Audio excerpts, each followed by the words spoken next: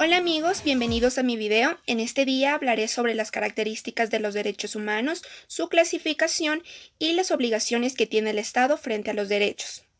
Primero, características. Los derechos humanos son universales, por tanto, no va a haber discriminación de identidades.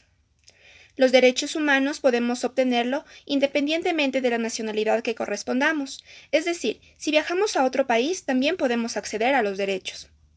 Y los derechos humanos día a día deben estar constantemente avanzando para garantizarnos la protección que necesitamos, pero sí, no pueden retrocederlos. Por más que queramos, los derechos no pueden borrarse cuando ya están estipulados. Un ejemplo de ello es el derecho al matrimonio igualitario.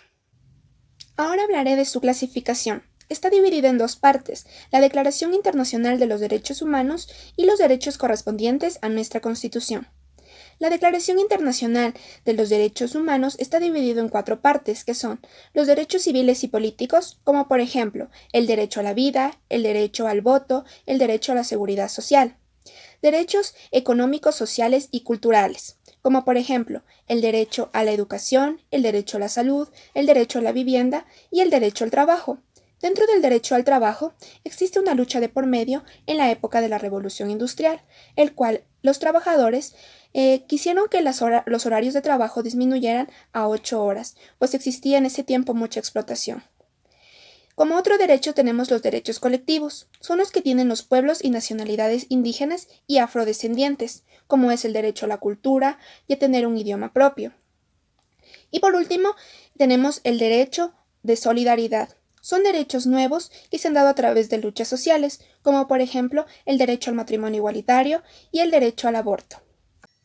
Ahora hablaré sobre los derechos de nuestra Constitución. Son muy distintos a los derechos internacionales, ya que estos derechos solo pueden accederse dentro de nuestro país, es decir, Ecuador. Como ejemplo de ello tenemos el derecho al buen vivir, el derecho a la protección, el derecho a la libertad, el derecho a la naturaleza, los derechos de los grupos de atención prioritaria y los derechos de pueblos y nacionalidades indígenas. Ahora bien, estos derechos, el Estado de nuestro país y de todos los países del mundo tienen la obligación de respetarlos y garantizarlos de forma jurídica. Para ello deben seguir serios pasos que son investigar los hechos ocurridos, sancionar a los culpables y reparar a las personas víctimas. Sin embargo, se ha podido ver en nuestro país que solo esto se ha podido cumplir en los sectores urbanos. En los sectores rurales, como son las comunidades indígenas, se ha visto ese distanciamiento a cumplir estas reglas y obligaciones que tiene que cumplir el Estado. Un ejemplo de ello es el caso Chevron aquí en Ecuador, que por más de 16 años ha estado en juicio y no se ha visto resultados por parte del Estado que sancione a aquellas empresas transnacionales que provocaron el riego de petróleo en la Amazonía de nuestro país, trayendo serias enfermedades y muertes a personas nativas del lugar y animales, incumpliéndose el derecho a la naturaleza.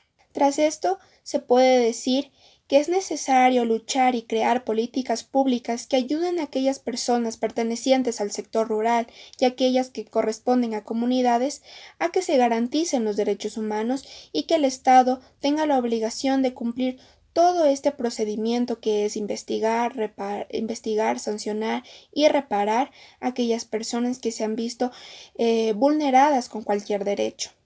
Esto ha sido todo por hoy y nos vemos en un próximo video.